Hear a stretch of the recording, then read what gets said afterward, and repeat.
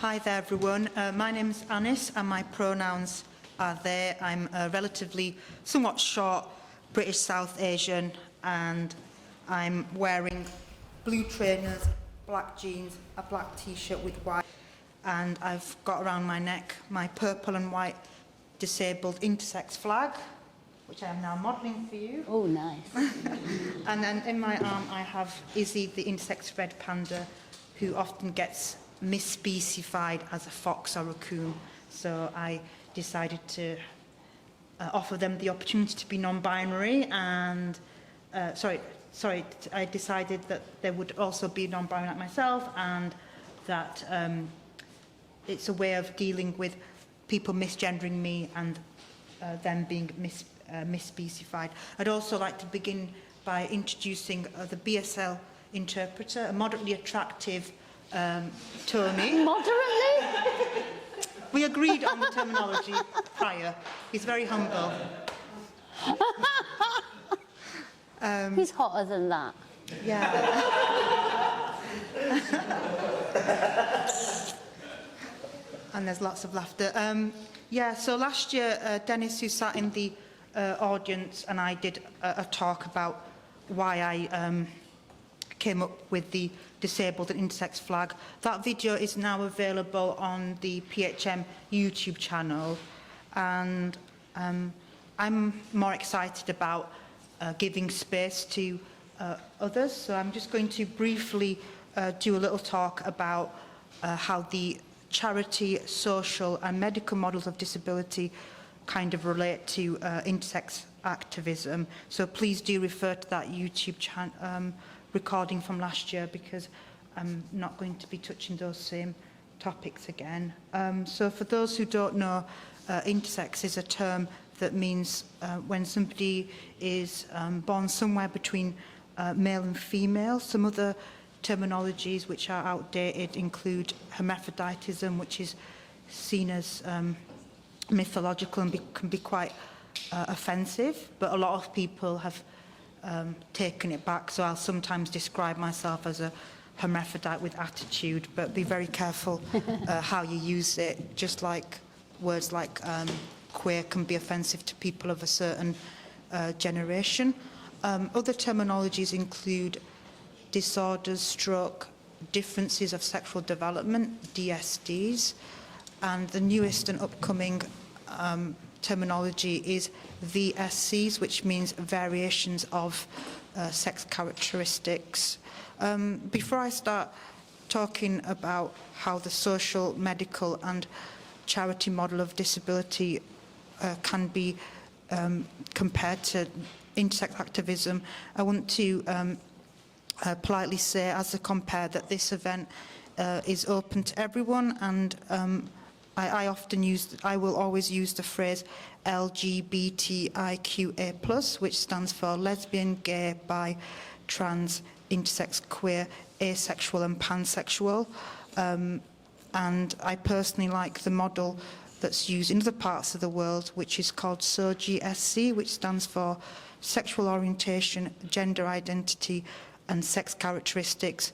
The sex characteristics is quite new because that's a way in which intersex people can be included, because it's often our secondary characteristics that may not align with what society perceives as masculine or feminine. So that's why SOGSE was added those two letters.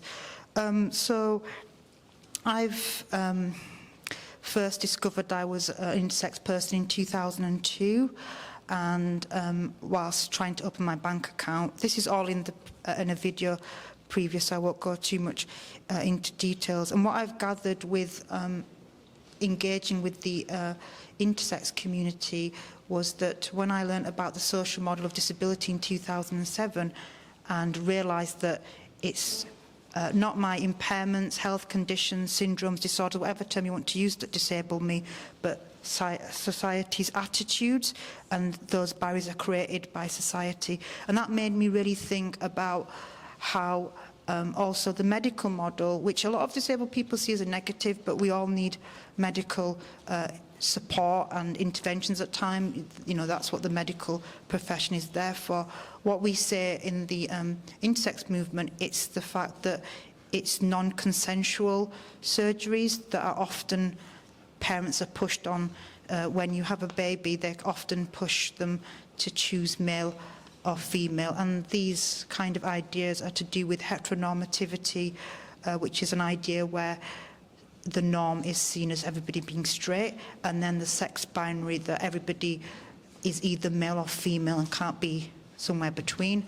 And also it's a lot to do with LGBTQIA+ phobia, because parents may be conditioned to believe that, oh, if you don't operate on your child, they're going to turn out, in quotation marks, as LGBTIQA+.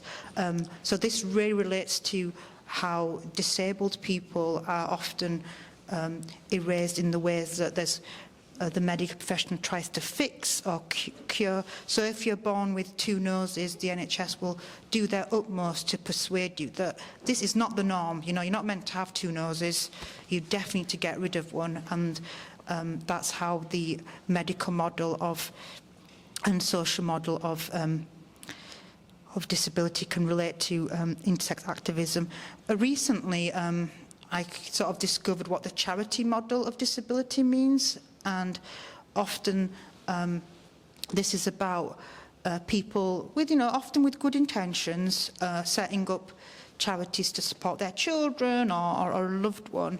And what you will see in the Nothing About Us Without Us exhibition, we've focused on the disabled people's movement by people, rather than impairment-specific charities, which are often not run by disabled people. And as the intersex movement grows, I made a donation to a youth organisation in America through PayPal or something like that. And every so often I get these letters, just like you would with any other charity, and it's constantly like badgering me into like sending money. So it clicked to me not long ago that this is very much like the charity model, even though the people have lived experience of being intersex people themselves, or they have good intentions of supporting others like themselves, or their siblings or their children. This doesn't sit very well with me, because I think it's not a really good idea to constantly pester people to give you money, and money shouldn't be spent on sending a letter from the US all the way to the UK asking donations. So this is a very, very new concept, where I've decided that I think that eventually the charity model of disability will also be applied to the intersex movement. And I won't name names, but there's an organisation that here in the UK, and it's like, when you look at the website, it's of DSD children, their terminology, drawing pictures. So it's almost like a website where you've got like children, you know, living with cancer, that kind of charity narrative of like, oh, these, you know, poor DSD children, you know, give us money, look at them drawing these pictures and kind of thing. So that's the three things I wanted to bring to your attention. How am I doing for time, Michael? You're on track, 1 more minute, maybe. Oh, okay. Yeah, and I'm hopefully reaching out to people in the audience. I'm trying my best to reach out to LGBT organisations. I'd love to say that the disability organisations in Manchester, Greater Manchester Coalition of Disabled People, have welcomed me with open arms, and this intersection of me being a disabled and intersex person. I just hope more LGBT organisations broaden the acronym, and I'm happy to educate that. And some good news is coming, because last year the Royal National something medically kind of thing did some kind of conferencey thing. I politely rang them and said, as somebody with lived experiences, can I come? And they never got back to me. And shame on all the researchers and people with lived experience of VSCs not stopping to think, should this event be a closed event for just us well-known people, or should we be actually inviting people?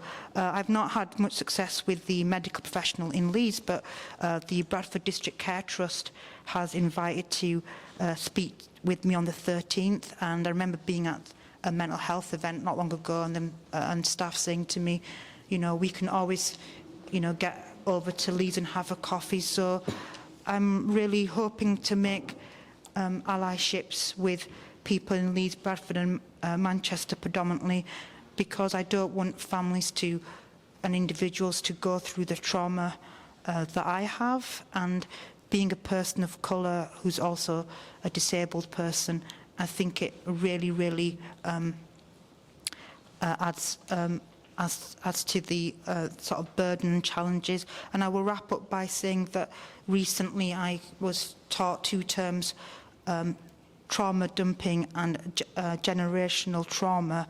And whilst I may come across as very social, witty and articulate, I really struggle with maintaining and establishing friendships with people, and that's probably due to trauma and being a neurodivergent person and not fully understanding what might be socially inappropriate. So if you'd like to work with me and start raising awareness, please bear that in mind, that we've all got traumas to deal with, and it takes people their own time to overcome those traumas. And I hope that more and more people will respect the person, the seen person who's witty and charming, but also respect that there can be times when I can be really self-destructive and push people away. But I'm really working hard to not trauma dump on people and be brave enough to say to people, I don't do social media or chat apps. Could we have a phone call? If you're hard of hearing or deaf, can I have a bit of time to record something and get it transcribed into a written format? Thank you so much. I'm going to now pass you over to Dennis Queen, who's going to read a poem. Thank you so much.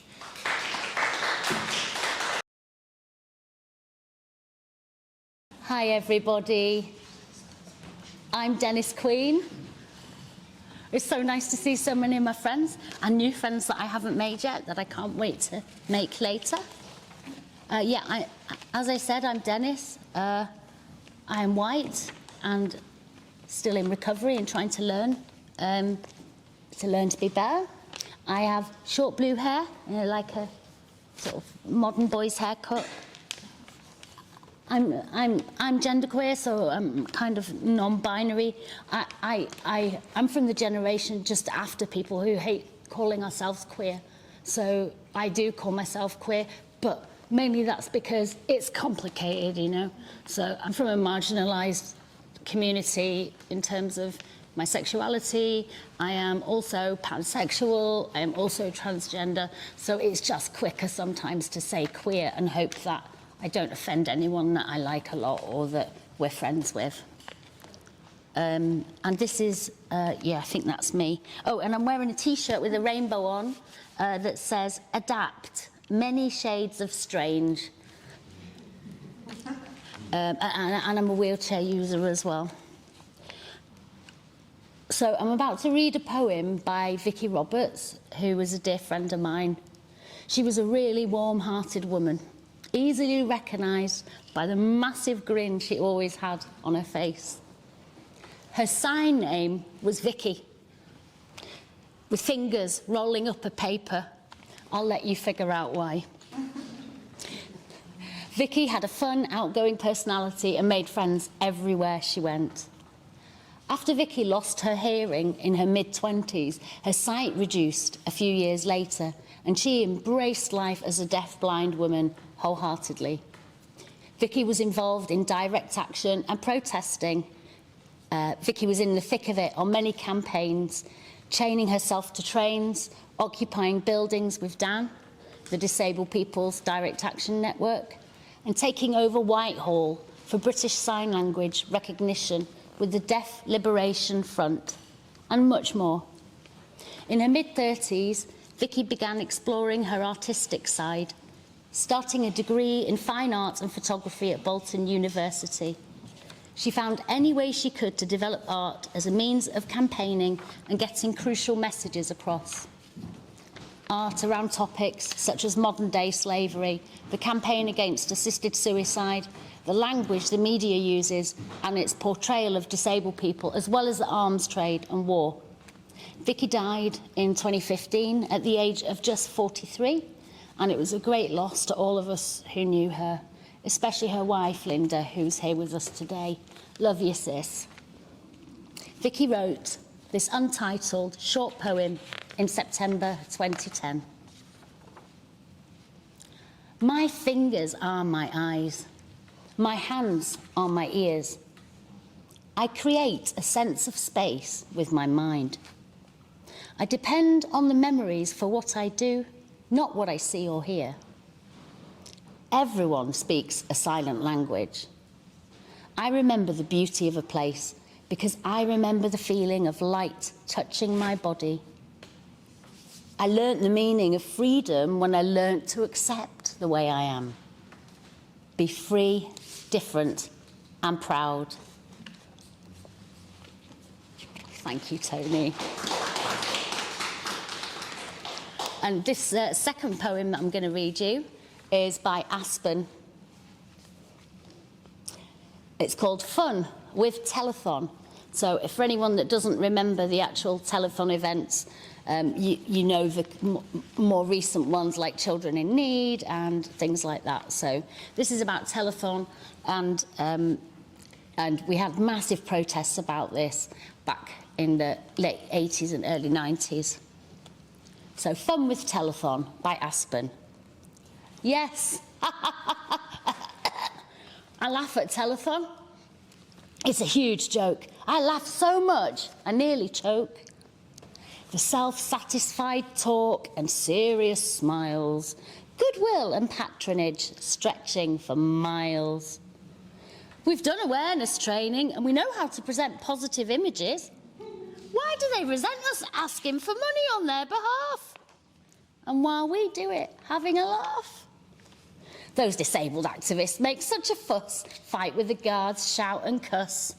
We won't give them an inch of space on TV. It's nothing to do with you or me.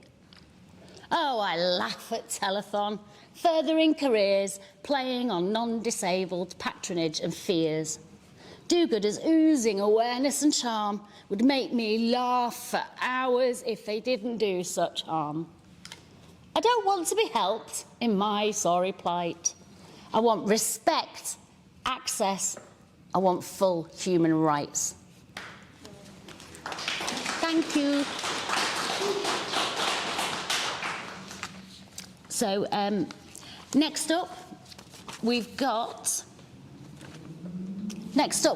some poems by Sue Napolitano that are going to come on a recording. So we're going to actually get to hear Sue delivering the poems herself. Sue was a member of Greater Manchester Coalition, and I joined in the late 90s, and sadly I never got to meet Sue, but Sue is, well, one of the gays that went before me, I guess. So she's really important. And also, just so you know, after that we'll be hearing from the Tokens, and then we've got absolutely awesome Jamie Lee, who I missed last time you were performing. So I'm really, really excited to see you today. All right, please enjoy. On being special. We cannot afford to admit to being special. For us, the word has been loaded with chains, has been made into a prison or zoo where voyeurs peer through the bars at our antics. To be special is to be gawped at with horror and glee as we show purple buttocks and have peanuts poked at us. To be special is to be aware, moment by aching moment, of the gaping distances between our lives and that other busy world that keeps us out. We have to insist on our ordinariness, fight for its recognition. We breathe air, eat food, love, hate, need, give. We are human.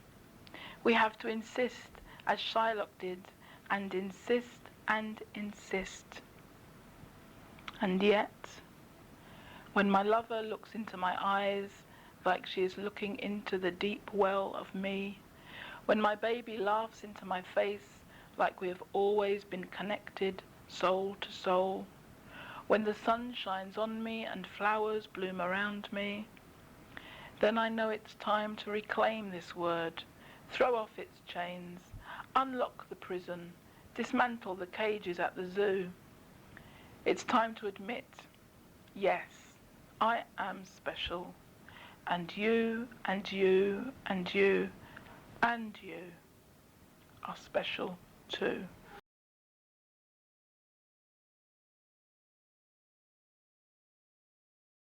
So it's called To Our Warriors. We have our warriors battling with society and disease. We carry our scars on our bodies and in our hearts. The deepest hurts are when we turn the knives of the oppressor against each other. We lose too many of our warriors too soon. We've too many years and lived, too many battles and won. And yet each one's fight moves us all forward, brings closer the day when the doors of all the day centres, the homes, the hostels, the special thises and that's will clatter empty in the wind. The day when we will all be free. So rest easy, my sisters, my brothers. Lie peacefully in the earth or scattered in the air. Your rage on earth blew up a storm. We will inherit your thunder, your lightning, your love. We will fight on.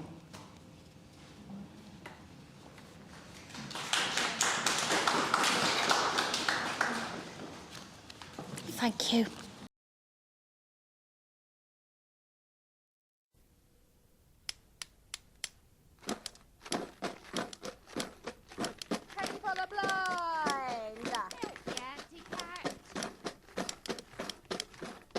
Plastic spastics on the street, angel faces look so sweet, an image of passivity, it's all for charity. I've always known there'll come a day, patronage will cease, then we'll get some peace, and that we will find a way to smash those images down. Only one way to succeed, we must bite the hands that feed and never more be forced to plead for life and dignity. I've always known there'll come a day, patronage will cease, then we'll get some peace, and that we will find a way to smash those images down. Jimmy Savile's platitudes, smiling stars whose attitudes have kept us safely locked away, well, we're not gonna play. I've always known there'll come a day, patronage will cease, then we'll get some peace, and that we will find a way to smash those images down. Take a crowbar to each tin, throw the whole lot in the bin, and daub those posters with your brush. Gratitude we will crush. I've always known there'll come a day, patronage will cease, then we'll get some peace, and that we will find a way to smash those images down.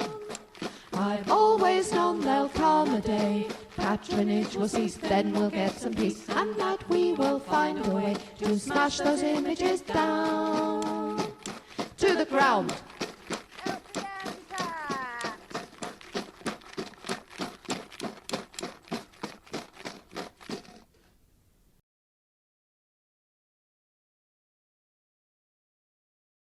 Shooby dooby dooby doo bub bub, she dooby dooby shooby dooby dooby doo bub bub, she dyke. Shooby dooby dooby doo bub bub, she dooby dooby shooby dooby dooby doo bub bub, she dyke. Shooby dooby dooby doo bub bub, she lazy lazy, shooby dooby dooby doo bub bub, she dyke.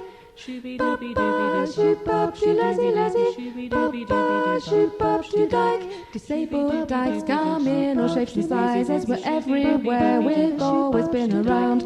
Ruddy brown disabled dykes are coming out, creeping out of all the institutions, crashing down the doors of padded cells.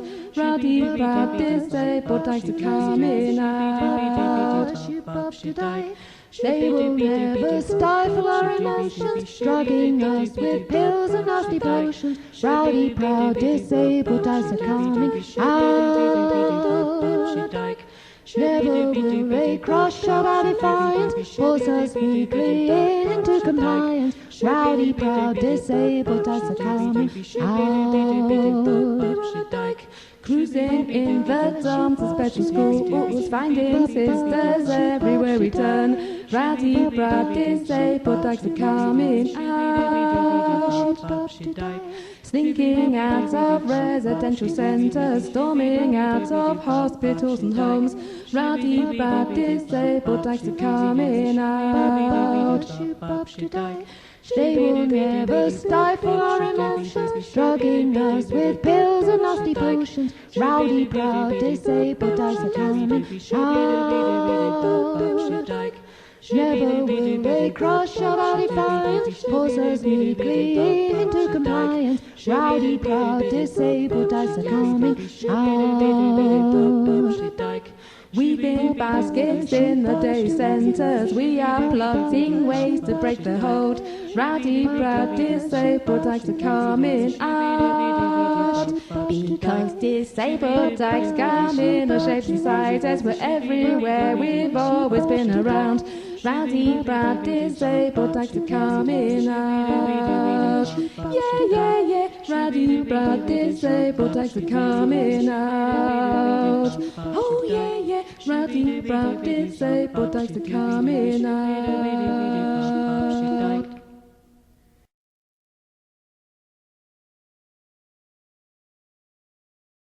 Hey, I'm Jamie. I'm 6'5", male, a mixed race. Got black hair, afro. I'm wearing brown trousers and a grey shirt, sleeveless shirt that says "Enjoy life to the max" and a blue shirt over the top. This is my poem Mind. Glistening like jewels of sunlight on the lake, your rainbow brain shouts loud and proud, you are alive. Deep dive into its waters, where your unique thoughts collide, swirling in the vast ocean tide to remind you you are important. Sometimes the world will seem on fire, and tired you will need to hide away, replenish your energy to get through another day. This is okay. There will be those who see you shatter their patterns with ideas that they fear, plans that they don't understand, because they're different. They may chitter and chatter, saying this thing or that, and you may start to feel flatter. Remember, you matter. Be kind to your mind. Respect the way it connects dots that others can't see. Share it and care it. Embrace it with glee. You are worthy.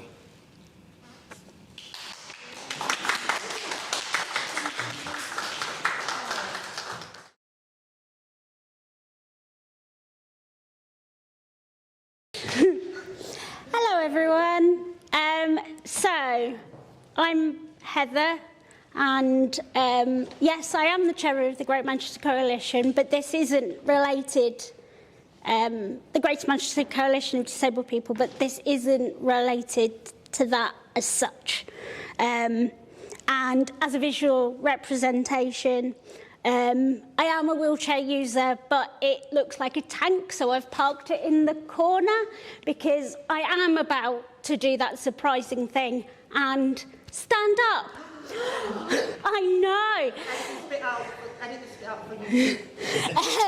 Because in front of me I have got a giant piece of paper covered in images and post-it notes. I do have them on a separate piece of paper somewhere if people want to look at them closer later on. I couldn't rewrite all of I say me. It was my lovely PA in the corner who wrote out all of my post-it notes for me. He's probably sick of the sight of this because we've been talking about this for weeks now. But I am wearing a starry dress. I have got rainbow flags on my nails, and I have got the bi flag as my eyeshadow.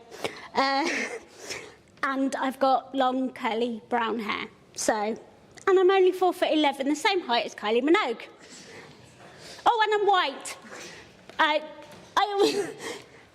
So, yeah, this lovely large piece of paper, which is about 2.5 feet and 90 centimetres, is a representation of my brain and how I can make random connections between different things. And this is how LGBT people and disabled people use comedy, entertainment, and I had it written down on my piece of paper here. Can you tell that I write everything down? Comedy, use comedy and entertainment for acceptance and protection. And when I say LGBT, that's because I might be old. I'm never sure. The doctors say that I'm middle-aged and that's why everything keeps breaking. But I do include asexual and intersexual people and everybody else that is included in the community. I am very welcoming. So I'm going to take you on a little whistle-stop tour of this pile of paper. I can't introduce you to every single thing on this piece of paper because I don't think we ever counted, but there must be at least 50 or 60 different items on this piece of paper. But it started as an idea that reappeared when my PA, Adam, showed me the King's Falls in a Henry VIII painting of his favourite wife. I think it's Jane Seymour. Yes, I've got a thumbs up from the back. Yes, I remembered a thing. As a historian, I am terrible with dates and names, which is a bit awful. But I am neurodiverse. I have autism and ADHD. This is why this looks like a scattering of Post-it notes. If anybody is also that, they will remember this. But he showed me this painting, and it shows William Summer and Jane I think she's only known as Jane the Jester in this picture. And this made me think of how they were protected from all of the problems that were happening in society. I should have given a trigger warning that in this there may be some words that are difficult to hear because it's history and history can be difficult. So if that can be upsetting, then you're free to leave. And if I've said something or missed something, let me know and I'll add it in. We might have to add some paper. But that made me think of back in 2019 when I was in Edinburgh for my 30th birthday. And I got to go to the Edinburgh Festival and went to the Scotch roast. And the guy, which was talking about roast battles, and the guy who was there was really upset and slightly nervous by the appearance of two people with cerebral palsy walking into his event because he couldn't quite work out how to fathom this. But after he heard us making the jokes about, like, please don't spill that drink, it cost £8, then he kind of settled down. But we had a really in-depth discussion about Jimmy Carr, because at the time Jimmy Carr had been a little bit problematic. A little bit is me being very polite, because if anybody remembers at the time, he'd been very problematic, and I don't know why he's still on the TV.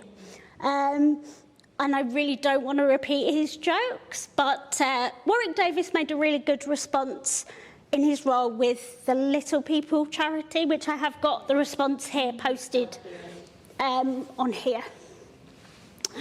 But it all sort of started connecting in my head, all of these things, and how we use dark comedy like The Black Knight, as in Monty Python, as that thing when we're at the doctor's.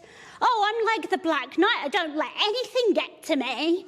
And then I was like, oh yeah, but LGBT plus people use these sorts of things too. Like we use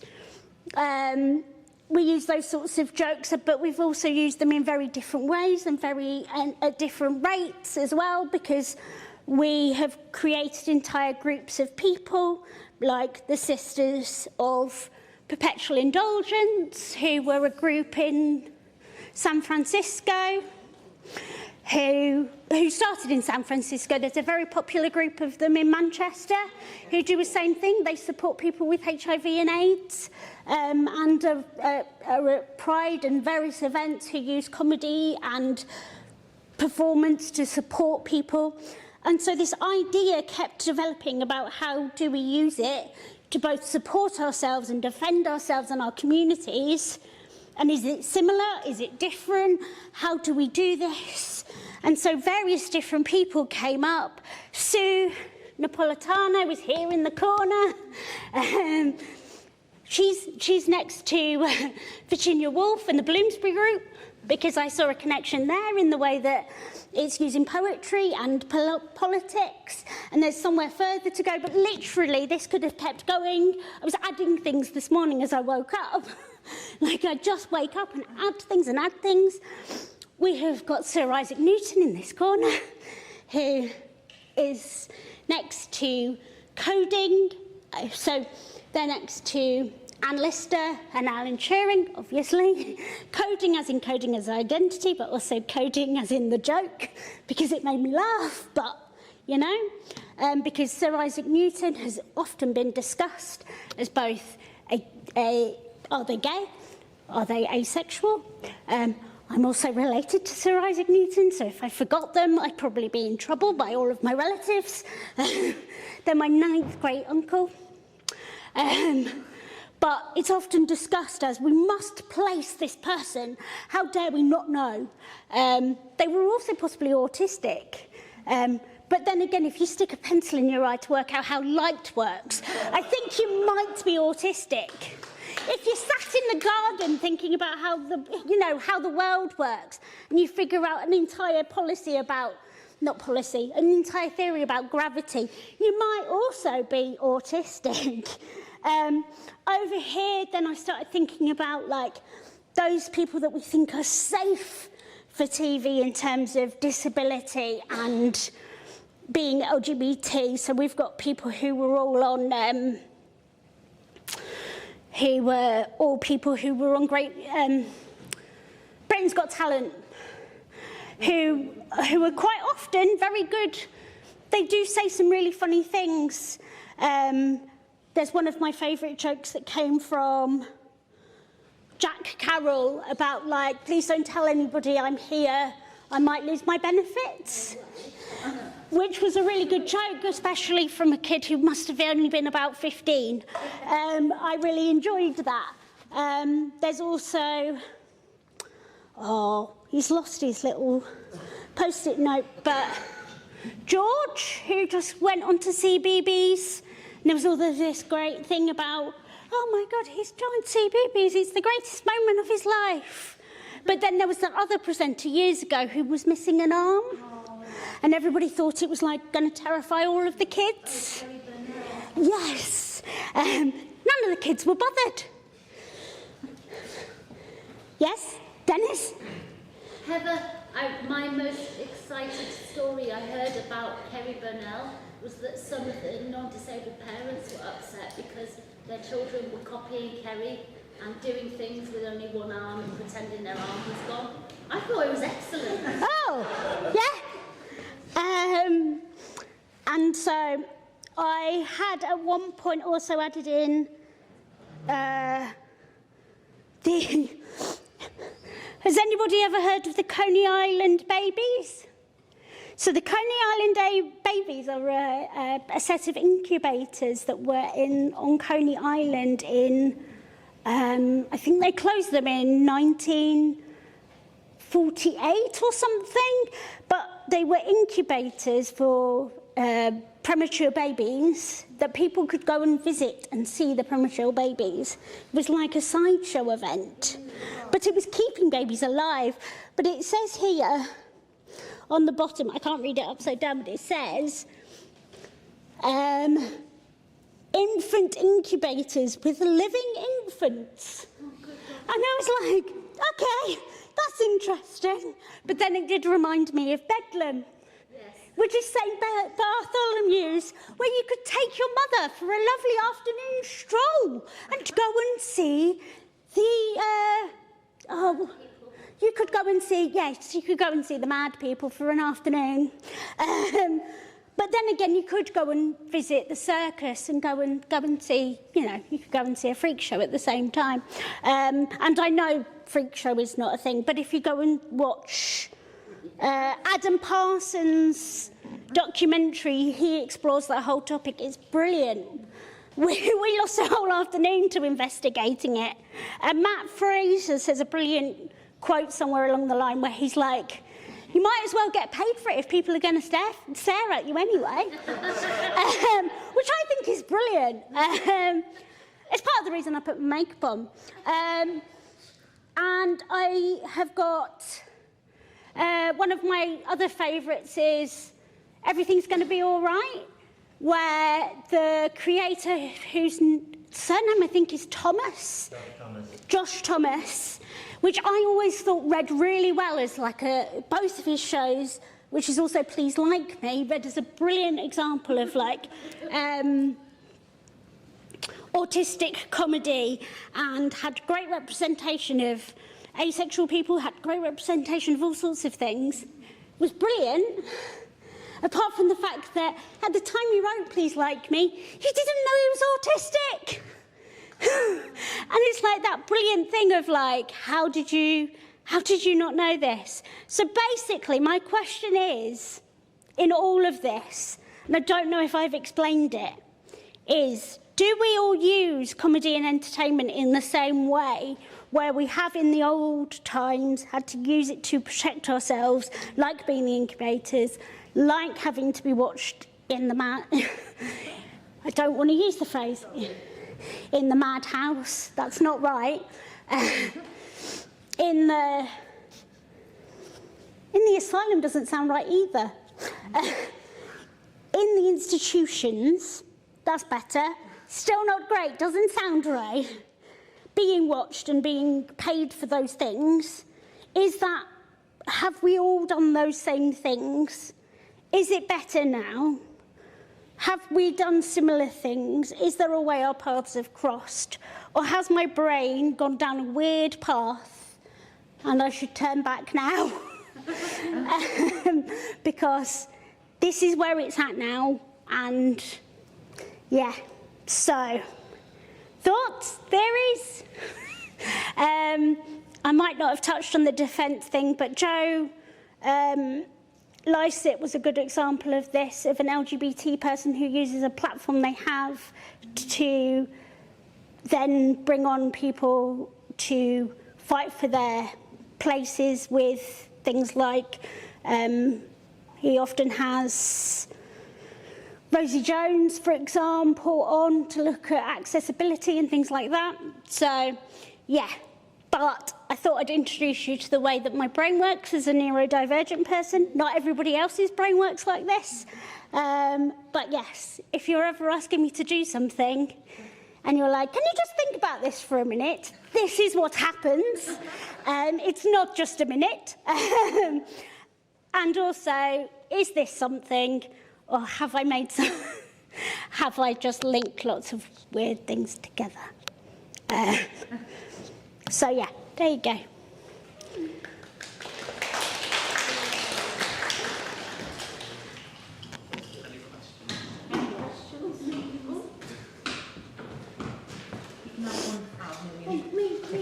Pete had their hand up as well. I would just say one half point. I think he was definitely autistic. Yeah.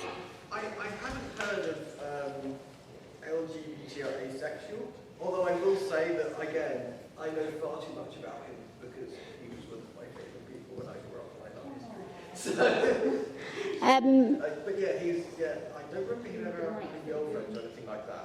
Well, he wrote down in his diary or a book that he hated women and he never wanted to spend any time with anybody.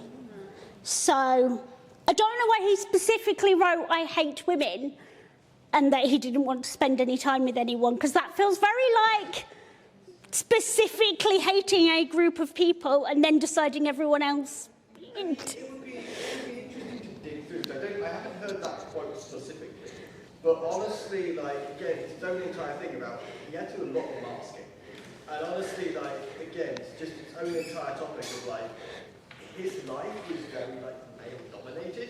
Again, he went, like, basically probably the only, like, again, Oxford and Cambridge, they were entirely male-dominated. And then if you go to, then like, the other major thing was the Royal Institution, again. Like, if you look at all of the things that he did, they were very male-oriented, very male-dominated. And honestly, I don't know whether that, so again, whether it was an explicit decision and how that kind of made a difference. So I can imagine if you're an autistic person trying to mask, then masking with different groups is different. Yeah. And again, if you have very little exposure, it becomes an entire thing.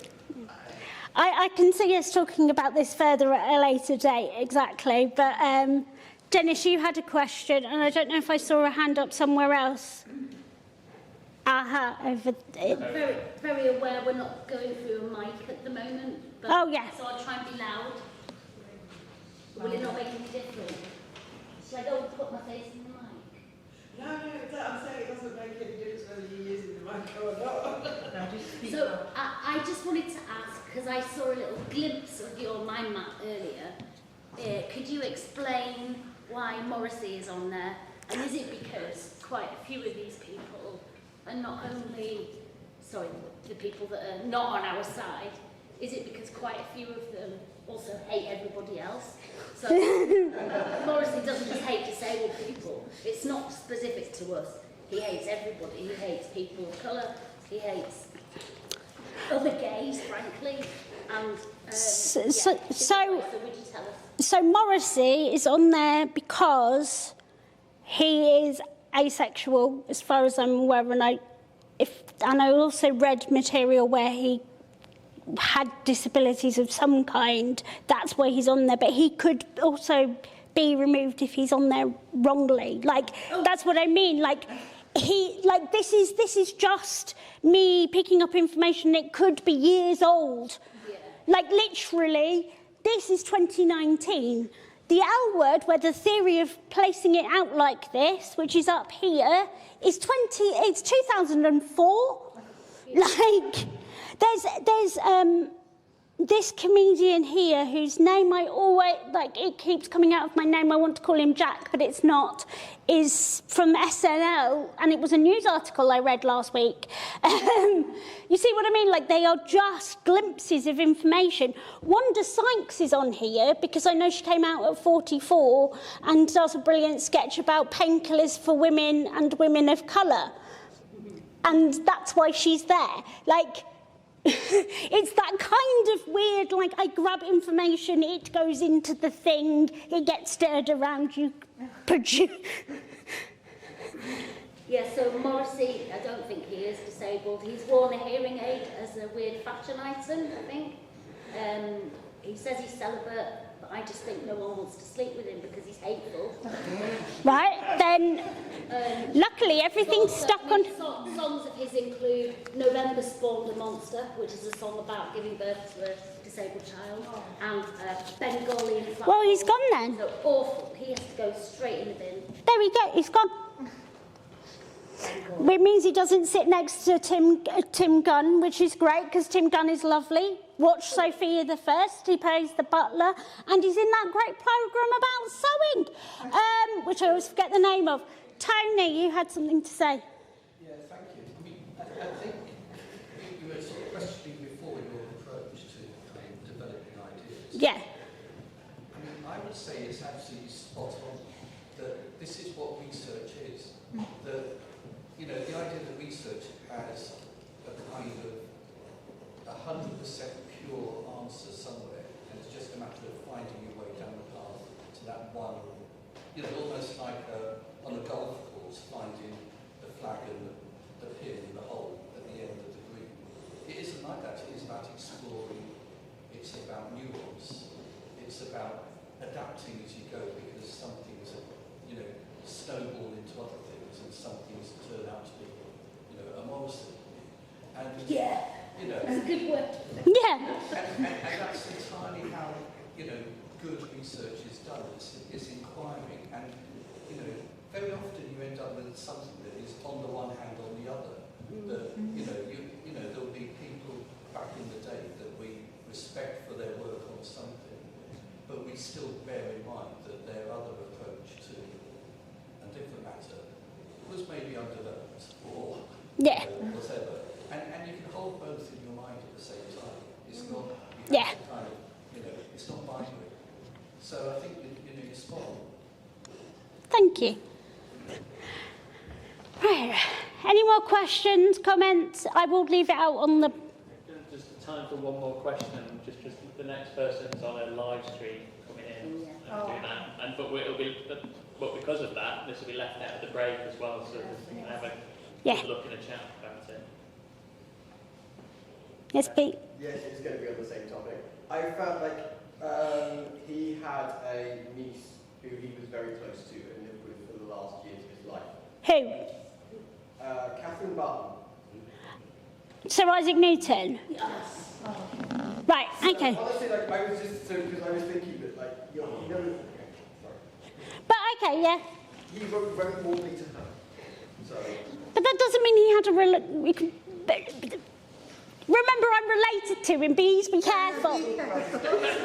Please be careful where you go with Sir Isaac Newton information. But anyway, everybody else on the thing, we're great.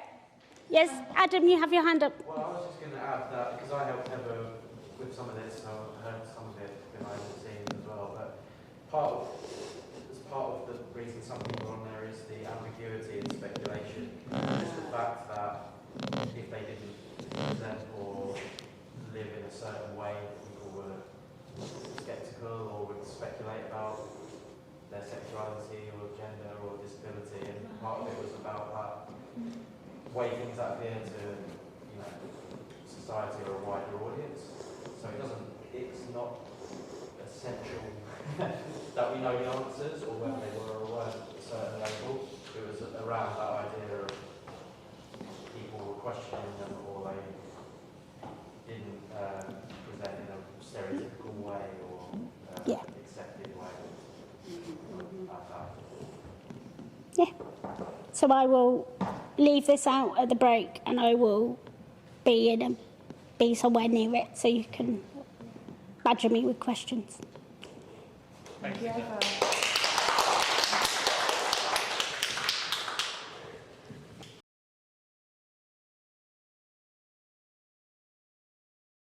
So I'm Jew Gosling, also known as Jew 90. I'm a 60-year-old white woman with pale olive skin.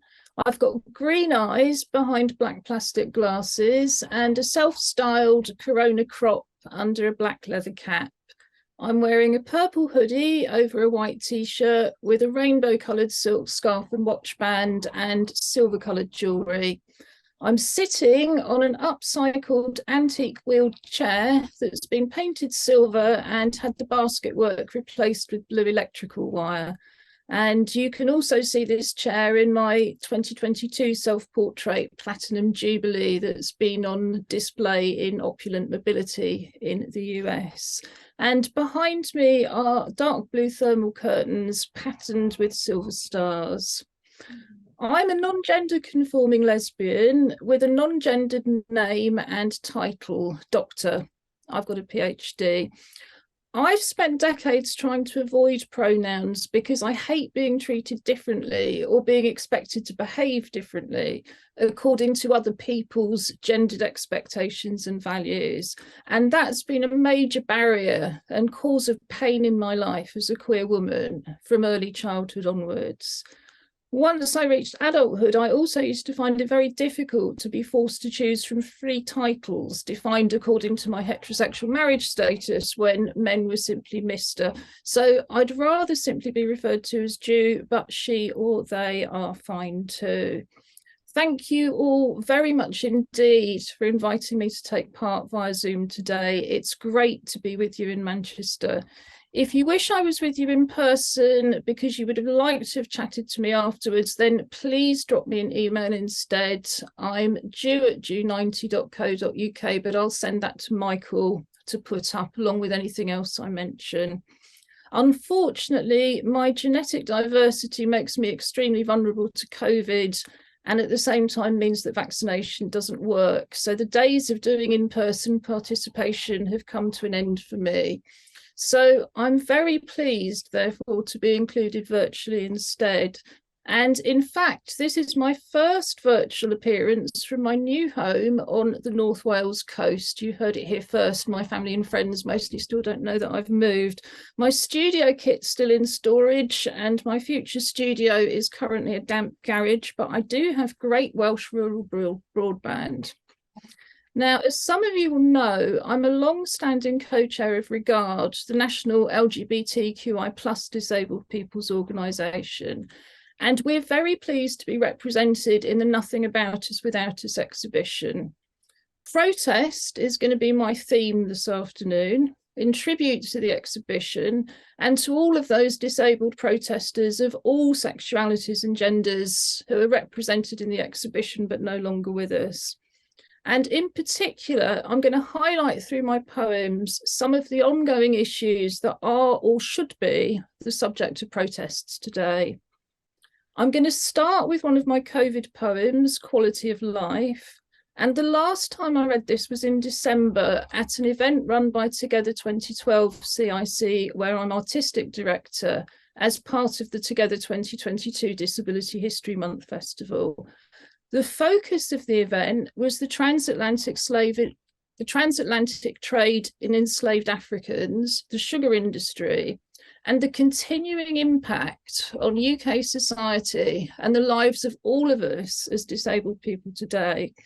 And of course, there's a continuing impact as well on the lived experiences of disabled people of colour, including within the structural racism of the disabled people's movement.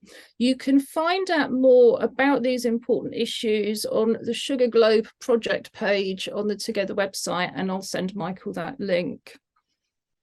Anyway, this poem is about the QALY system, where no one is entitled to receive NHS medical treatment that costs more than the financial value of our lives, a life that's costed according to our ability to carry out manual labour.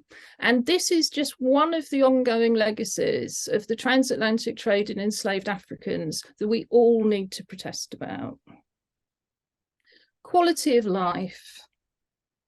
How much is my life worth, and how can I tell? There's a formula that I know only too well. My life is costed by symptoms, you see, not the value it has to you or to me. You can't fetch top price if you roll around on wheels, even a businessman making big deals. There's a further discount if you can't hold your wee, even if you're an active MP. If you can't see too far or simply can't hear, your life is not considered so dear. There's more off if you need support from another, even if you are a competent mother.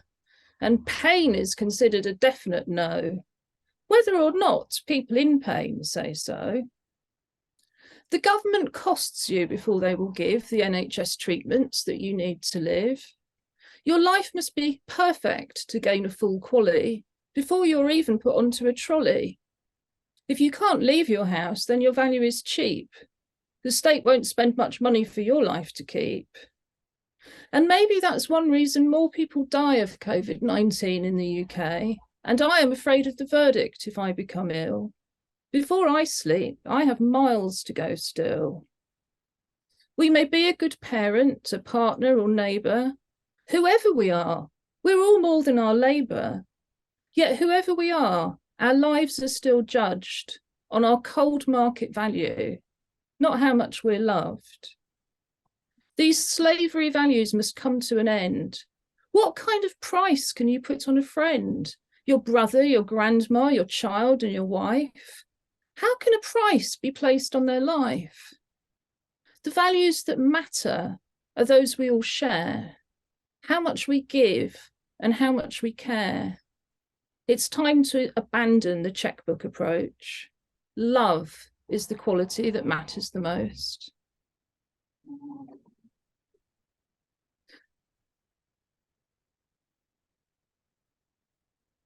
What drives us to protest? And I don't simply mean the organised formal protests with placards and T-shirts and demonstrators.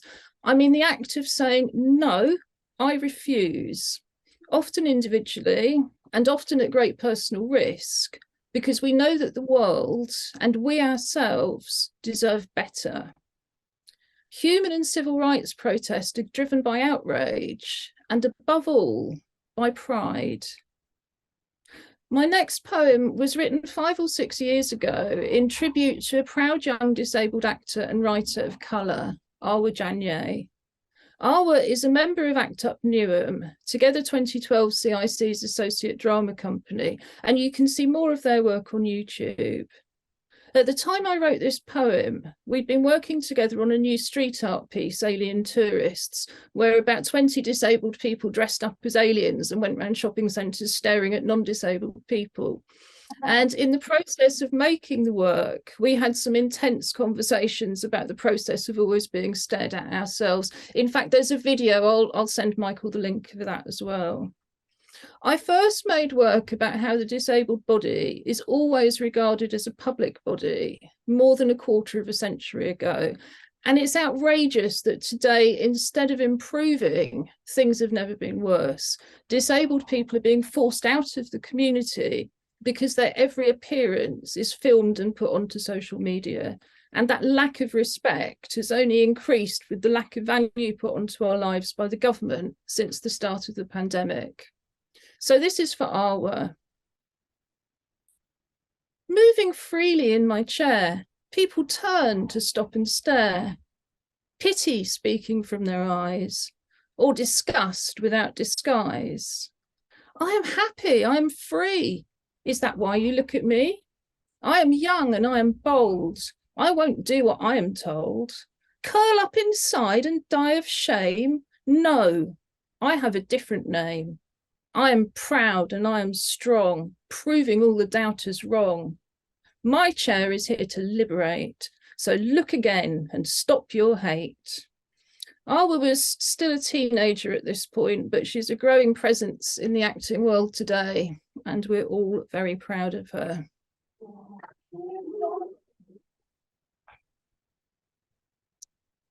There's a whole long list of outrageous things that we still need to protest about before our lives as disabled people begin to resemble those of non-disabled people. Nothing about us without us is not just a slogan from history. But as disabled people, we've been excluded from every discussion and decision-making process that affects our lives since before the pandemic began. Every single consultation mechanism that used to exist, and often, though not always, included regard, disappeared as soon as the coalition government was replaced by a Conservative one. No wonder the government can't understand why disabled people are vanishing from the workforce. This next piece is called On Not Returning to Working as Normal. I don't miss the business visitors on their work-related missions, whether health, social care or my own. The need to tidy, the intrusion, the lack of privacy. On Instagram, you can choose what you share. I don't miss the parking problems, the constant hassle, the inflexible, incomprehensible different postcode systems, the weekly near misses in the street, the struggle to find anyone who wanted to work as my driver, the bodywork repairs, the physical effort of getting my wheelchair in and out of the van, the total lack of provision for wheelchair users in one of the world's leading capital cities. At home, I can park my laptop wherever I want. I don't miss the taxis, whether they came or, like so many, never turned up, however long ahead they were booked. The constant refusals to take a dog, a wheelchair, and unspoken, a lesbian. The being dumped at will in the middle of oncoming traffic. the distress of my assistants as a driver yet again failed to wear a seatbelt, the time-consuming, draining, constant engagement within complaints processes. At home, I can get myself around. I don't miss the security alerts, the not-so-distant sirens, the searching for news, the hunt for a safe way home when no one knows where danger lies. Online, the only threats to cyber ones. I don't miss the travelling, the trains that claim to be accessible but are anything but, the assistance that's only special because it's so poor, the airlines that don't want me on board. At home, I can meet anywhere in the world in comfort. I don't miss losing time, hours of it, week after week, sitting in traffic or waiting to park. The days in bed recovering, the energy wasted, the years flashing past while people claimed it was impossible to make a video call instead. At home, logging on only takes seconds. I don't miss the struggle just to get into a building, the side entrances and gates that were always locked, the puddles and cigarette butts by the back doors, the lifts that never worked or were too small, or both. The lack of bells and intercoms wherever the way was barred. At home, I just switch on my laptop. I don't miss the tortuous routes through parts of the building that others never see, often led by an uncertain guide. Arriving at the building first, but always getting into the meeting too late for introductions. On Zoom, you can see everyone's face and name without needing to explain that you can't recognise faces.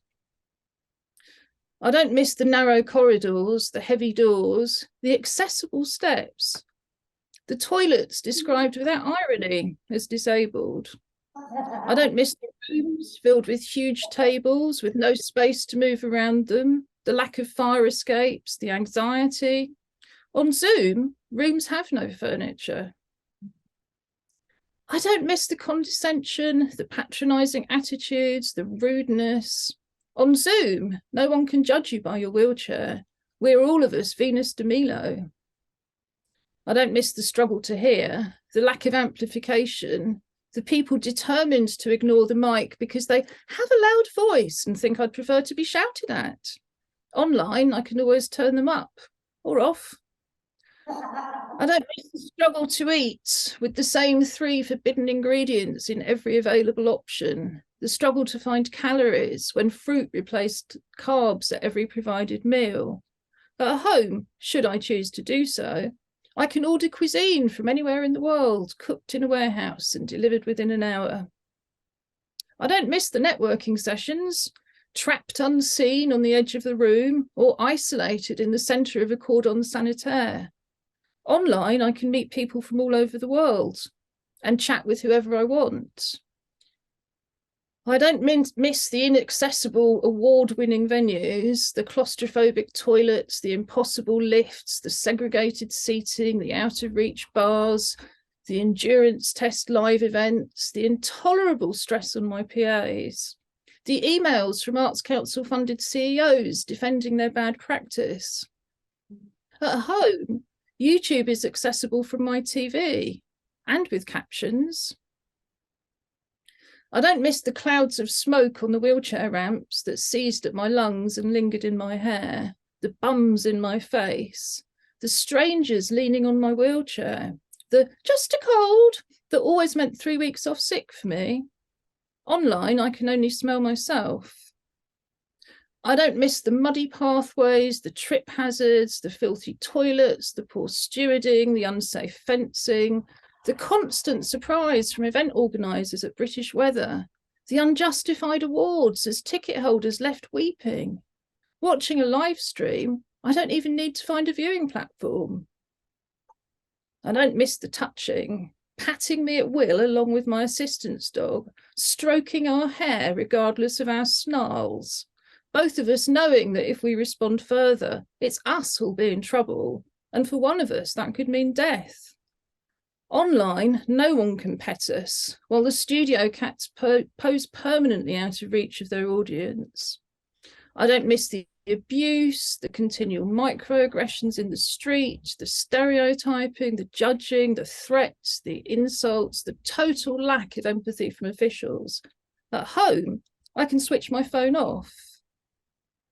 But sometimes, behind the glass, on the other side of the window, we are not waving, but drowning.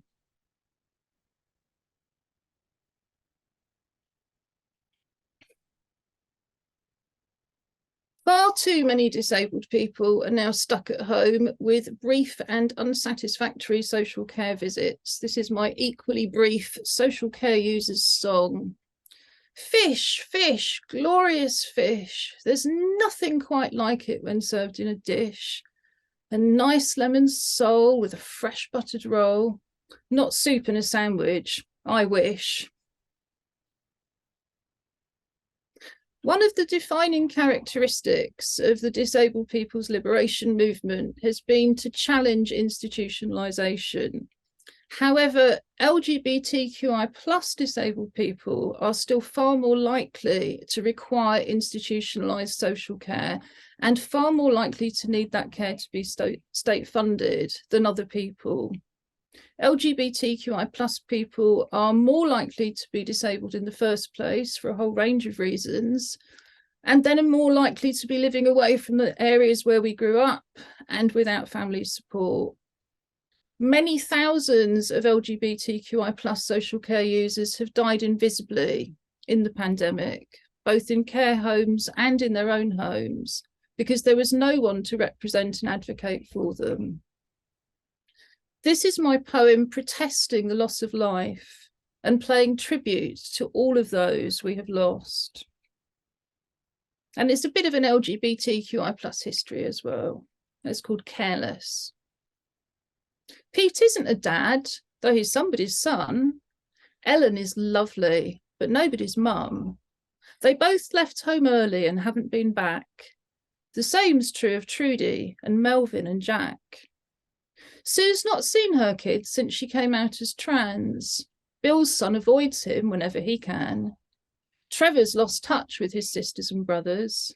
And Kath's son has simply no time for his mother. Pete wasn't able to come out at work, so his friendships were limited, much as that hurt. He found love and found it again, and lost it once more, which has caused him great pain. Trudy's another who stayed in the closet. Her life and her livelihood both rested on it. Her happiest moments were clubbing at night, but she daren't risk it often, despite the delights. Ellen found her true love early in life, but wasn't entitled to call her a wife. And cancer came long before changing the law, so she's labelled a spinster, which makes her feel sore.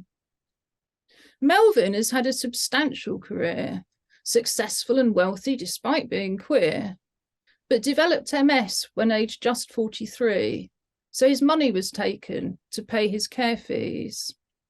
Jack spent his working life wielding a broom, sleeping and eating in one tiny room. Kicked out by his parents, he took no exams, and his minimal wages were paid cash in hand. Sue knew she was different when she was a girl, misgendered, disguised, and with massacred curls. When 3 decades later she found her true self, a judge took her children, then life took her health. Bill's lifelong partner is great and called Dan, but Bill has dementia, and once it began, since they couldn't afford to become partners in law, Bill's son got control and then showed Dan the door. Trevor trained as a teacher and worked in a school, till arrested and outed and sacked under all, his crime being only to love until death, a dear man whose sudden loss left him bereft. Kath led a happy and sociable life, not wanting to settle for only one wife. But her son signed her over to state social care. Only family members can visit her there. It was March 2020, and all through the land, infection was spreading with each shaken hand, with each missing mask and each failure to act, with each mass event, each denial of fact. Then across England the coughing began. Throats filled with glass and eyes filled with sand. People struggled for breath as their fevers soared high, and the promised protection was founded on lies. Pete died the first week and stayed where he lay, till the carer who gave it him came the next day. Ellen died next after going to shop. She'd had no choice as her social care stopped. Then Trudy and Melvin and Kath became ill, and so did Jack and Sue, Trevor and Bill, as infection raged through 1 in 3 of care homes. With visitors banned, they all suffered alone. At the time of their passing, their deaths didn't count. It took far too long for the pressure to mount, and while they were dying, no ambulance came, since a doctor had put DNR by their names. No one wrote tributes to mum and to dad. No grandchild complained that their treatment was bad. Voices were silent or spoke the belief that for old and sick people it was a relief. No services marked their departure from life. No films were made for a husband or wife. No graves exist, and their ashes lie spread where no one can possibly notice they're dead. It's now 3 years on, and still people are dying. Quietly, lovers and friends are still crying. Rainbows on windows served only to hide the rainbow that faded, then vanished inside.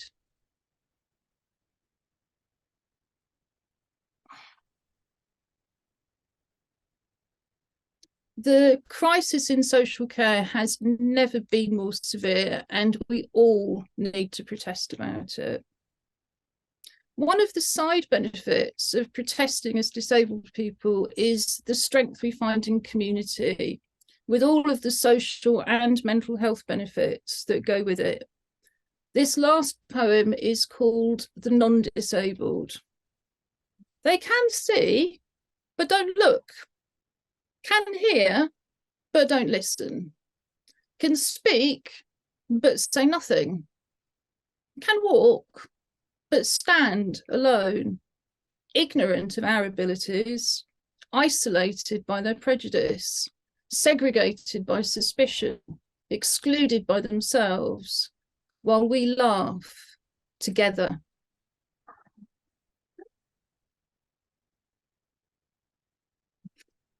I'm Ju Gosling, also known as Ju90. Thank you for having me and enjoy the rest of your afternoon.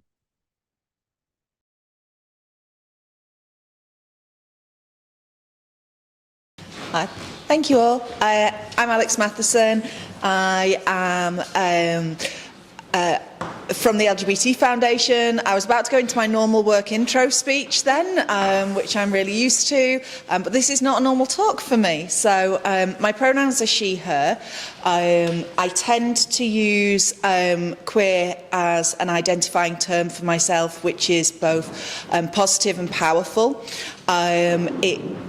It sums up who I am. I'm queer of heart, mind and somewhat body at times, so that's how I use that term, and hopefully it doesn't offend anyone here. So Pete asked me to join them and talk about upcoming work projects that are happening to support autistic LGBTQIA plus people, and normally I would start this with explaining why that's important and how you might not be aware, but there are a lot more people who are autistic in the LGBTQIA communities. Kind of am getting the sense that that might not be a necessary part of this talk. So, yeah, which leaves me a little bit at a loss for my normal intro, so apologies. But it is well documented that there's a higher prevalence within the LGBTQIA communities of being neurodiverse in general and specifically of autism. And it's interesting, I've been thinking a lot about this personally in terms of my own personal journey recently, and been reflecting around issues relating to a term called autigender. So I'm assuming most people will have heard of it, but for anyone who hasn't, autigender is not quite the same as saying, you know, what's your gender identity? My gender identity is autism. Although it can be a little bit like that. It's more around the fact that for a lot of autistic people, we don't associate with gender in the same way as neurotypical people will. It relates to the fact that obviously gender is a social construct, and as a social construct and as an autistic person, I don't necessarily relate to that in the same way as others may.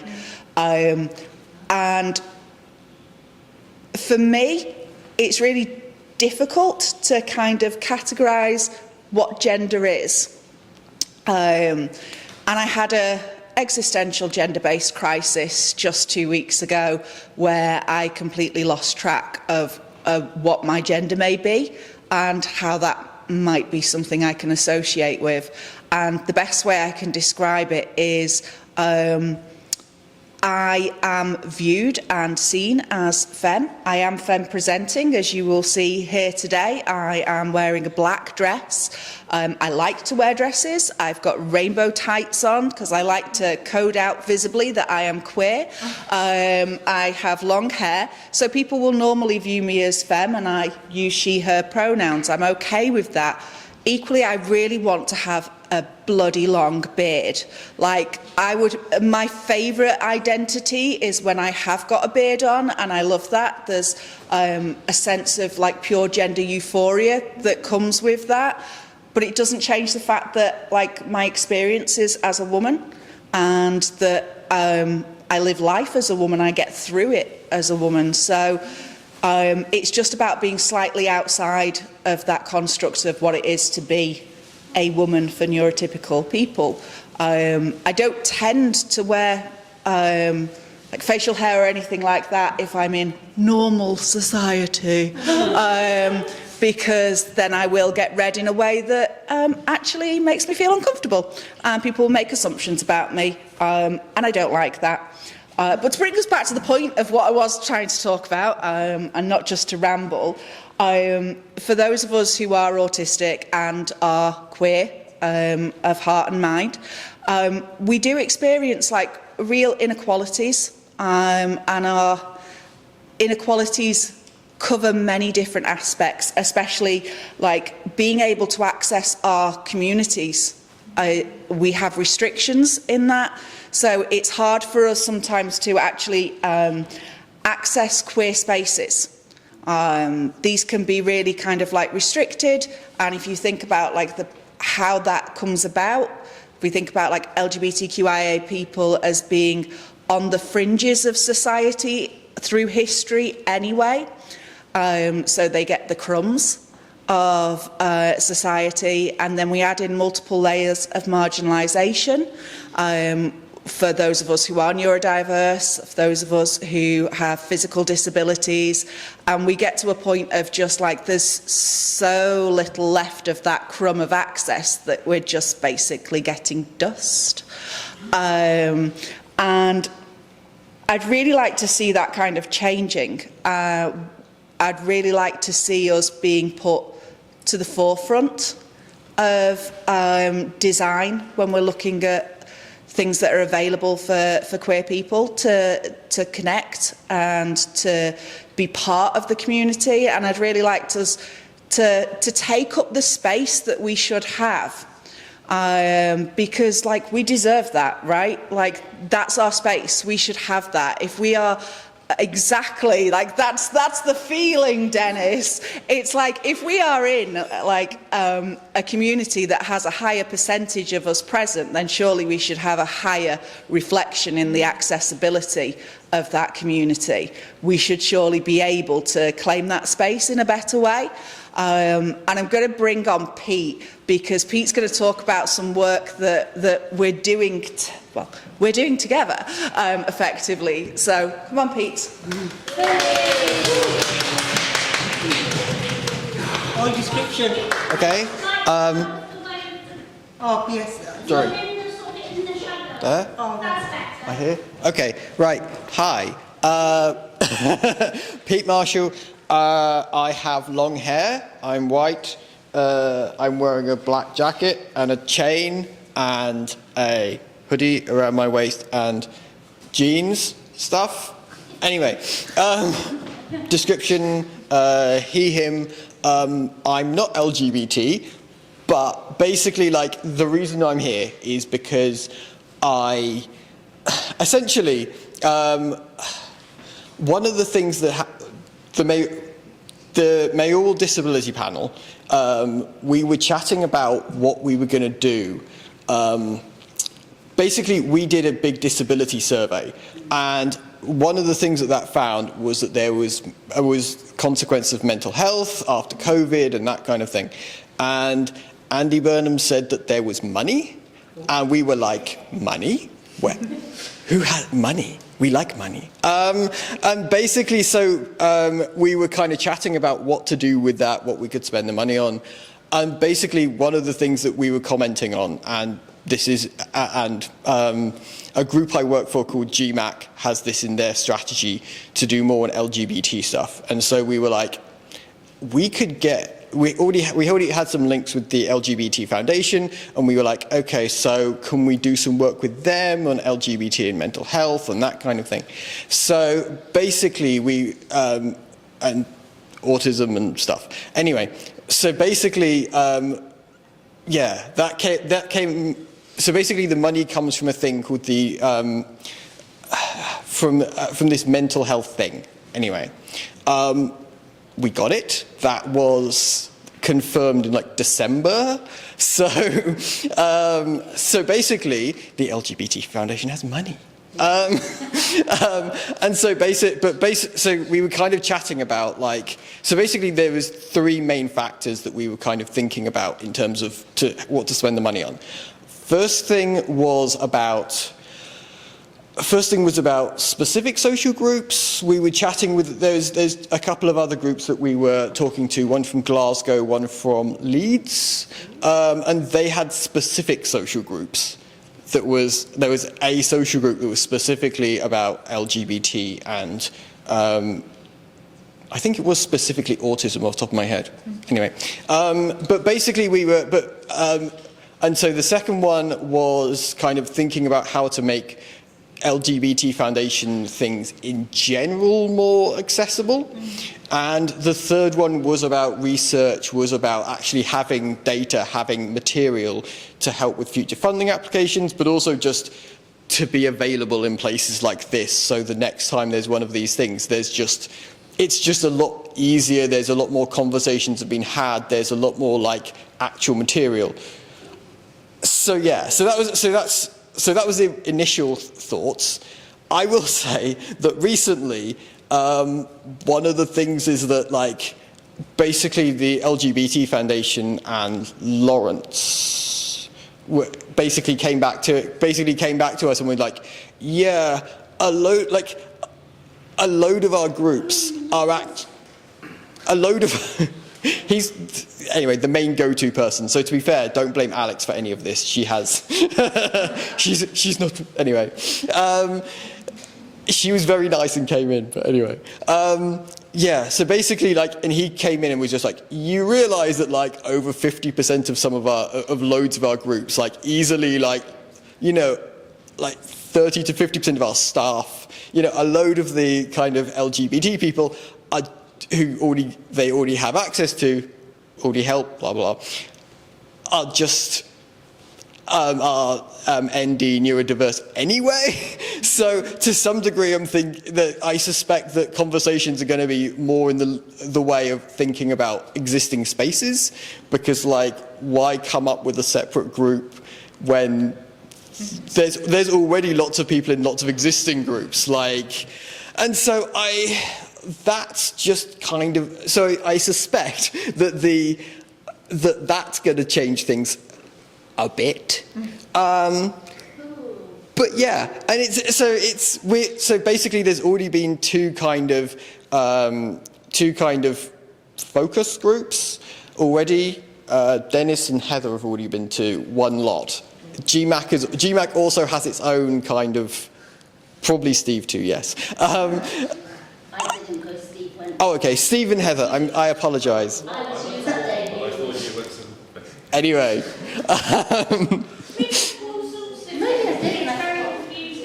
Okay, well... It's like LGBT, neurodiversity and disabled people in the titles of it. We've probably been to it. Yeah. They're like my daughter. And it's a meeting, it's got paperwork on that.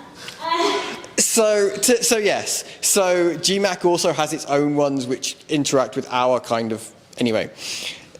So yeah, so basically that's its own, so basically like, decisions are still being made is my point, and if you're interested in this, go.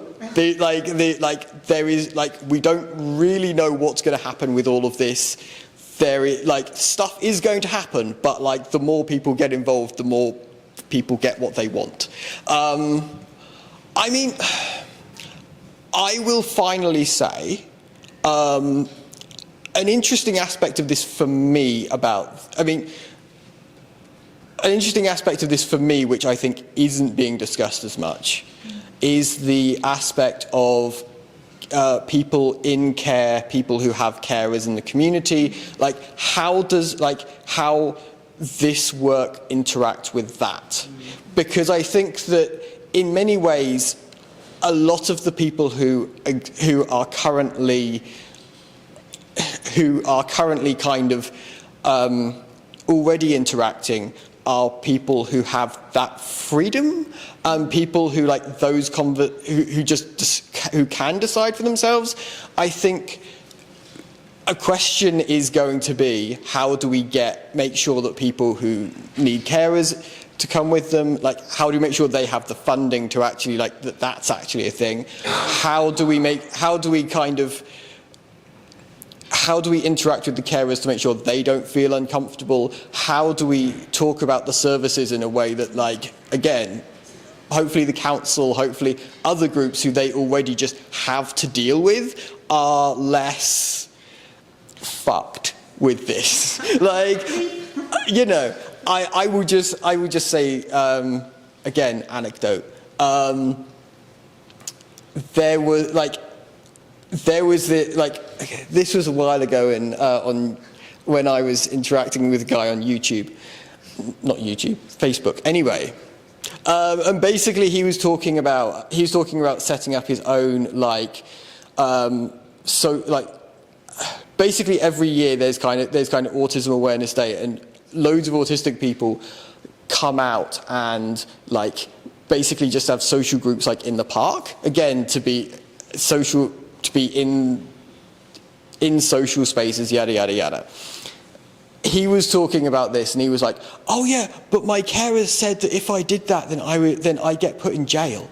Like, the police would like come along and like, it's illegal, and it was just like, no, like you could, like, even protesting, that's not illegal, like. And he was like, oh, I couldn't stand being in jail, And so, again, I think that it's not just about thinking about kind of hard factors, therefore.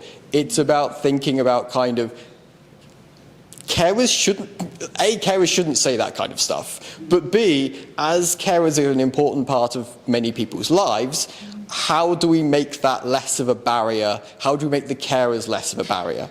And the short answer to that is, I don't know.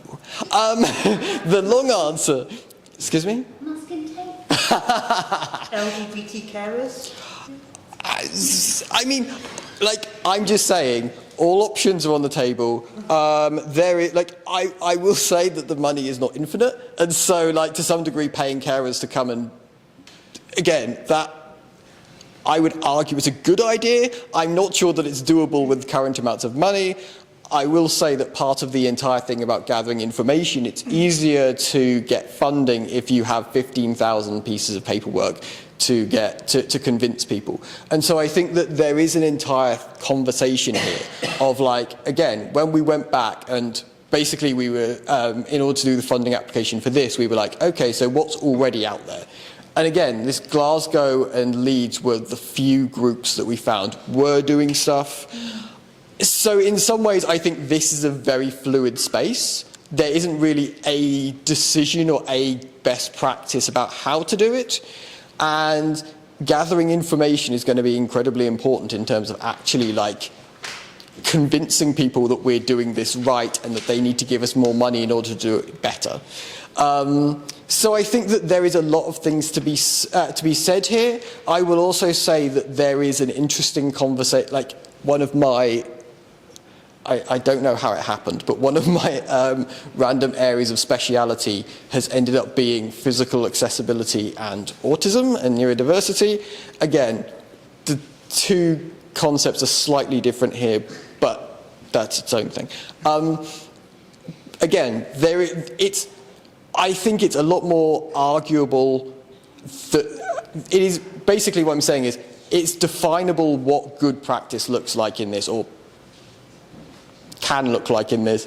It is like there is discussions to be had. There is, you know, I think funding applications are possible once again, and I think that it is a conversation that about how this fits into LGBT spaces, about how this fits into kind of making better LGBT events, and I think all of that leads into how does people with neurodiversity and LGBT stuff reclaim space, and how that happens. Again, in some ways it's up to other people. In other ways there is help and there is like there is kind of stuff happening. Is that? I don't know. I think I'm done.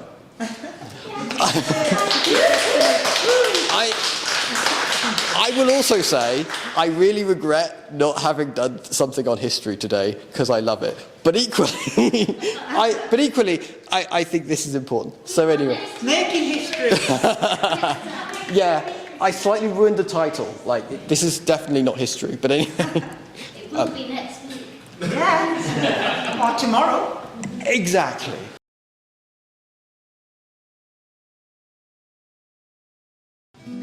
Hello again. Sorry you've had such a lot of me today. We had a little bit of technical issues earlier with a quiet recording, but we'll try and improve on it for next time. So I'm Dennis Queen again. I'm still white. I'm still not proud. I'm wearing some trousers with patches all over. And I've now got a brown guitar in my arms. And my guitar has some stickers all over it. My favourite one says, "We'll trade racists for refugees," which is, I think, is that from Manchester Solfed, Phoebe? No, Anarchist Network. Anarchist Federation, I'm so sorry. And I have a yellow guitar strap, which is made to look like police tape. And it says, "Police line, do not cross." But as I always say, I would say the line is a bit further back than that. They can stay away. So the last few times I've played here, we've done a lot of songs, some historical songs by other activists, and some of mine which are all about protesting. So we were talking a bit about protesting earlier, where Ju was. I thought today for this event, because it's a little bit more personal, with it being LGBTQIA plus related, I've gone for slightly more personal stuff. One of the songs is about looking after each other. Another song is about involving everyone and the social model of disability. And the last third one is about coming together, about everyone coming together. So this first one I wrote for my friends Neela and Hannah, who are both mental health system survivors. Unfortunately, one of them hasn't survived the pandemic. So it's a bit more poignant than ever, to be honest, for me. I'm just going to move this slightly back. Good luck. Hopefully we'll get from the beginning to the end of the song without getting distracted or forgetting what we're doing. Hopefully Paddy Ladd is also not about to walk in again and make me just fall off my chair with fangirl joy.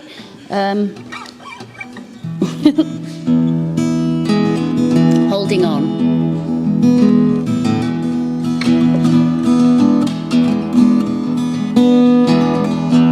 holding on against the wind and rain, still there behind the shadow of the pain. We are peeping out again, peeping out again.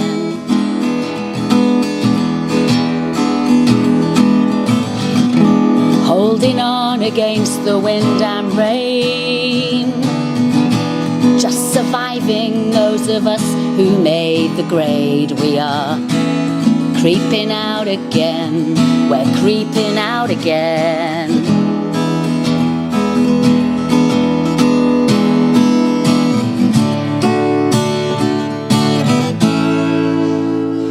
Come on.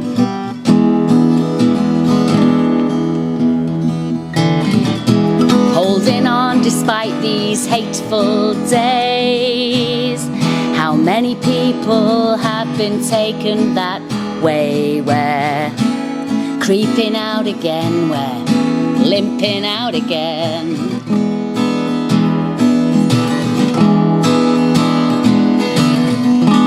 Holding on despite these hateful days.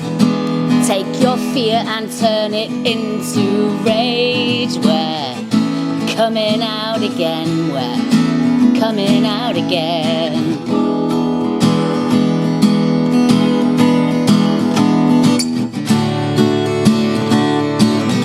Come on and bring your pain.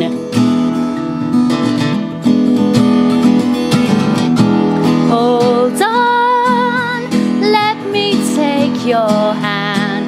Hold on, because we understand why we hold on, hold on, hold on.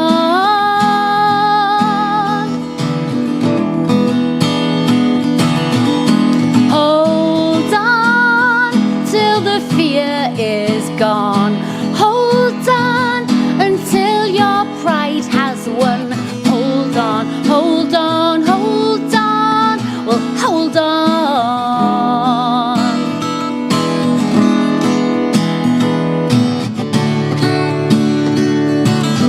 Come on and bring your pain.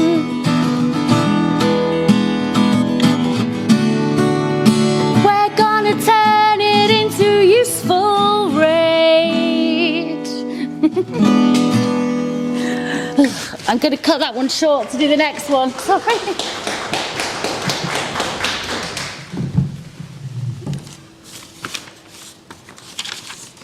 I'm not great at endings.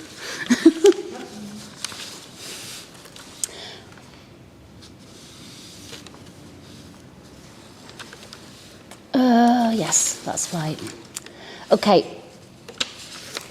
I'm going to play a song called For Justice with Love now. I feel like it's kind of the next part of the conversation after one of Ju's poems about how it's actually easier staying at home because we're not being oppressed quite as much if we don't leave the house. Of course, if you can't leave your house, I think you're still being oppressed quite a lot. So there are some issues there. So this song I wrote during the first year of the pandemic. For some of us, we have found that doing a lot more hybrid work and a lot more online work, for me personally, I can join in a lot more. But also, I'm horrifically aware that for other people, it's been harder to join in. And so something that's really important in our organisations, as well as sort of having the online Zoom meetings that we do have, is to make sure we're also having hybrid events where people can come in person, if that's the best way for somebody to access things, because we're all different. So the future is a hybrid, and I'm not talking about flowers. So yeah, this is called For Justice with Love. I'm going to try and get the words right for Steve, because Steve knows some of them, and he'll make sure to tell me if I miss a verse.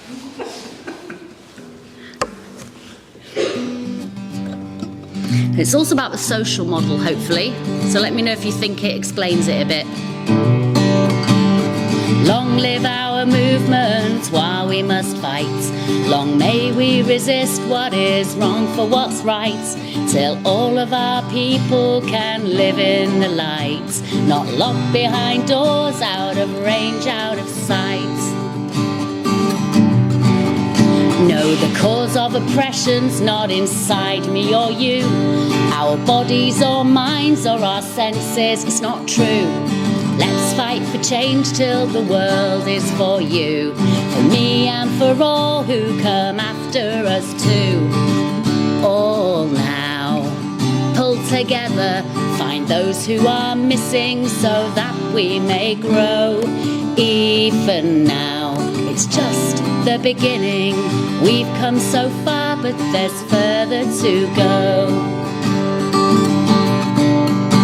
Let our shared experiences generate change. Leave nothing undone, fight in all of our ways. Leave no one behind, use well all of our days, until we pass over and go to our graves. Times once again are becoming so tough. These social distances feel fucking rough.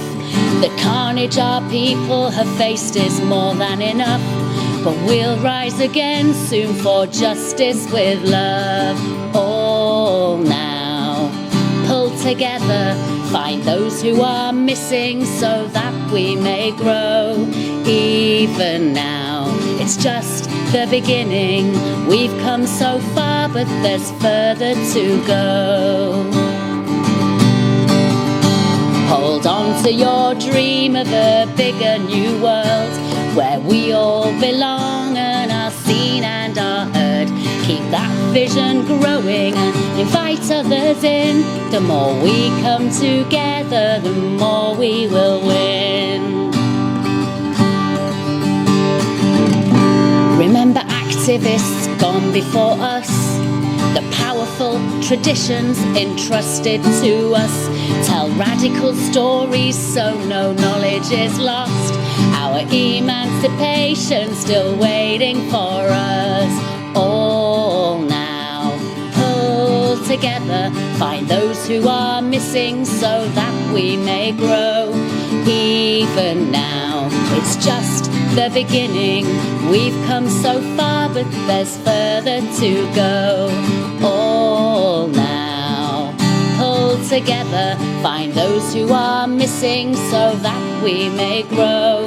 Even now, it's just the beginning. We've come so far, but there's further to go.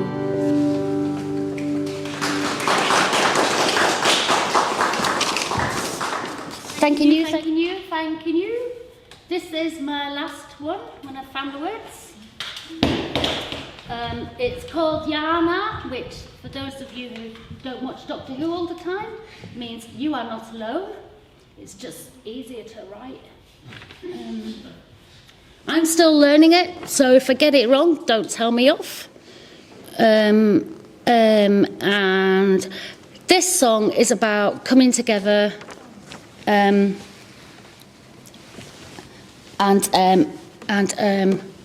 just to say that, like, none of us is alone, you know. We can sit and think through all of our different issues, and each one of us is a complete individual, but we have so many things in common, and the biggest thing that we have in common is our oppression. And that's what the social model of disability is about, is recognising that on top of our impairments or our differences, or what society sees as an impairment, that we face a lot of common issues. And that's the things that make up our oppression: exclusion, segregation, institutionalisation, abandonment, and death sometimes. So anyway, on a cheerful note, I did promise I'd try and cheer you up. This is called You Are Not Alone, because you're not. And the chorus goes like this. Have a little hope, you're stronger than you know. Come find your peers, you are not alone. Not alone, you're not alone.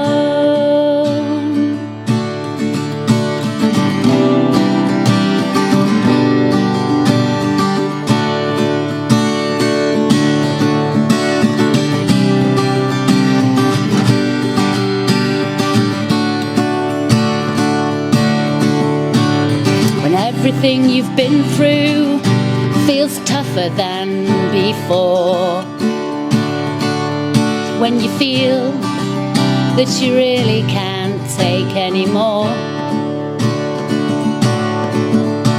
Well, this has been a dreadful year and we've had enough. It's time to get together, 'cause alone it's too tough. And have a little hope. You're stronger than you know. Come find your peers. You are not alone. Have a little hope. You're stronger than you know. Come find your peers. We are not alone. Not alone. You're not alone.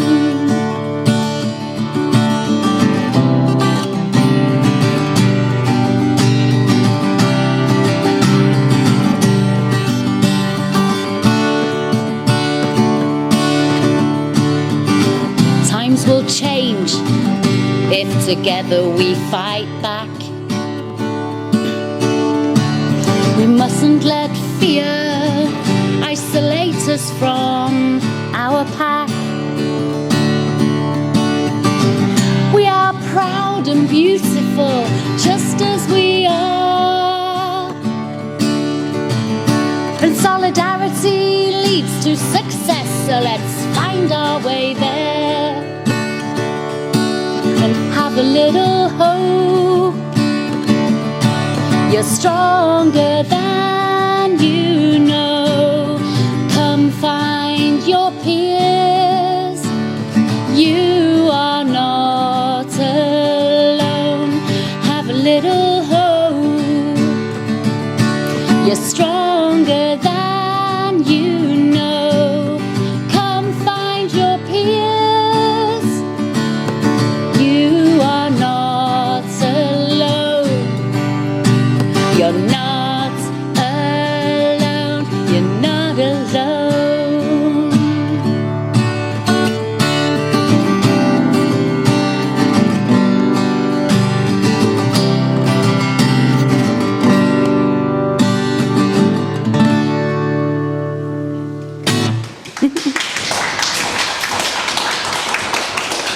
Thank you.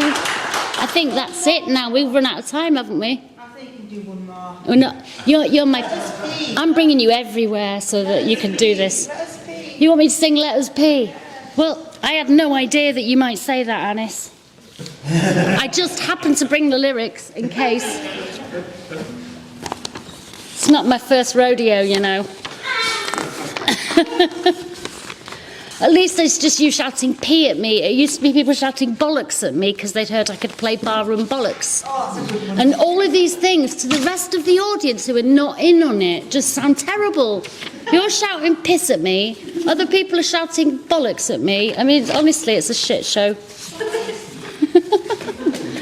All right, sing it. I think we want that. So, yes, the lyrics I just happened to bring, just in case. This is a song about bathrooms. I originally wrote it really about trans issues, and then really, because I think it has implications for disabled people as well, and accessing bathrooms. We've added a little verse in there about physical access as well, but only as an afterthought. Sorry. I robbed the tune. I robbed the tune off the Beatles. They do play it better than me, but their lyrics aren't as funny.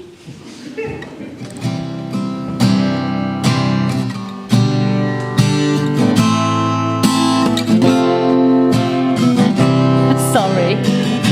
There's always something, isn't it? Whenever you come, it's all toilet related too, right? Always toilet related. When we find ourselves with a full bladder, more stress is not what we need. Just a nice clean bathroom, let us pee. endless hours of hell. I'm going to just start that again with the right chords. I do apologise. Rerun, rewind. This song's called Let Us Pee. When we find ourselves with a full bladder, more stress is not what we need. Just a nice clean bathroom, let us pee. Endless hours of hell, having to hold on to find one free. There must be an answer, let us pee. Let us pee, let us pee, let us pee, let us pee. There must be an answer, let us pee.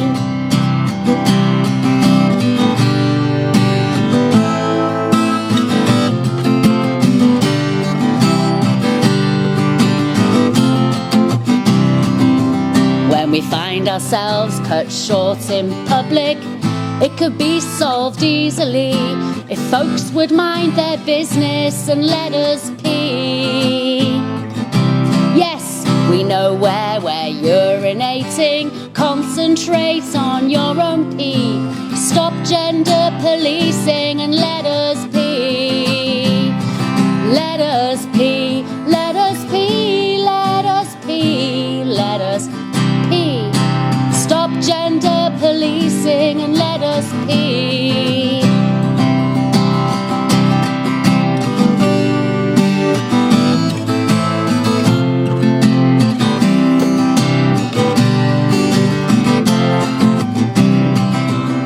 And integrated bathrooms mean nobody locks it with a key. Don't forget the access, let us pee. Yes, we know where we're urinating. Concentrate on your own wee. Stop gender policing and let us pee. Let us pee, let us pee, let us pee, let us pee. Stop gender policing and let us pee. Let us pee, let us pee, let us pee, let us pee. Stop gender policing and let us pee.